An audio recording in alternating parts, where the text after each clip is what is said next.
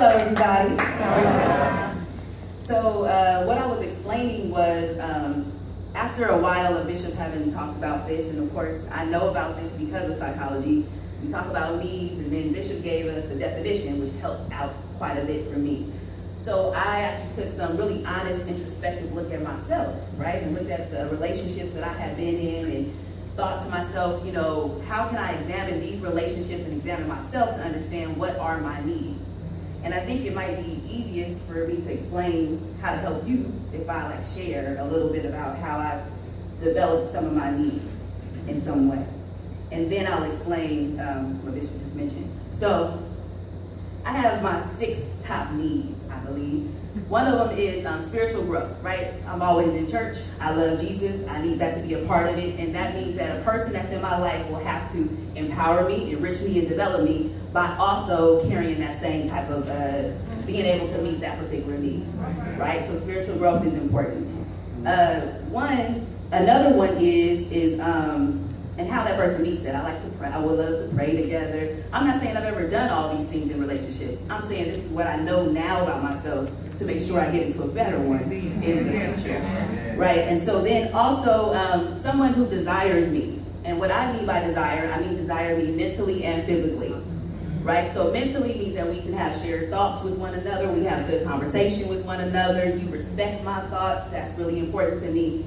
And of course, physically meaning just whether that means sexual intimacy or affection, all of that will go into the physical arena. The third one would be someone who is supportive of me, right? Because I'm extremely ambitious as a person. I need somebody who's going to support me, push me, even when I don't feel like I can do. They help me in that process of telling me that I can do, right?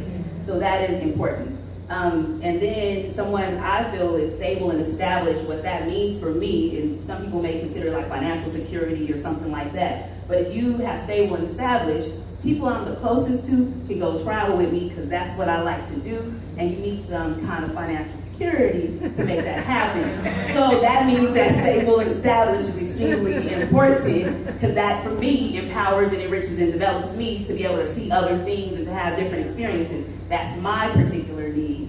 And then the next one was shared likes, somebody that I can have shared experiences with, right? Things that we both like to do is important as well.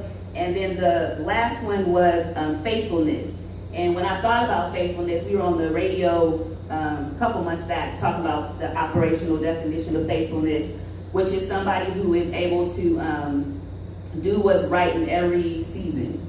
And what that means to me is that they would be exclusive, right? Because to do what's right in every season would mean that you're exclusively with me. And then also that would also mean that that person was dependable and reliable, right? Because in every season I need them to be, I'm able to depend on them and rely on them.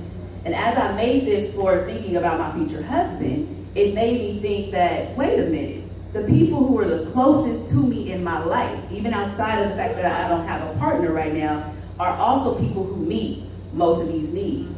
We have acquaintances in our lives, what we call acquaintances, people who are maybe a coworker. Those that we're closest to may meet 1 or 2 of those needs, right? But then we have a best friend or a person that we hang out with or talk to on a regular basis. If you really check that out, they meet a number of your needs, probably if not all of those needs. That's why you're so close to them. So this is not just about romantic relationships, it's about relationships in general. So the fact of the matter is that if you can identify your needs clearly, you can actually understand that based on the people that you're the closest to right now, why do you keep them around, right? Because they're meeting some type of need. Your feelings trigger if a need's being met or if a need's not being met. So if you feel extremely fulfilled and happy by this person, then this person is meeting your need. If you were feeling frustrated and irritated by this person, then they're not, right? And so why would we be in a relationship, and this is just being transparent, why would I be in a relationship with somebody who didn't meet a spiritual need when that's such one of my top needs? How do I get with somebody who is kind of saved but not, right? Or how does that really work? And cannot fulfill that part of me. And that's something that I noticed I'm very close with my mom because she fits a lot of these needs. Some people aren't close with their parents because they don't meet some of their needs. I'm really close with, I have a really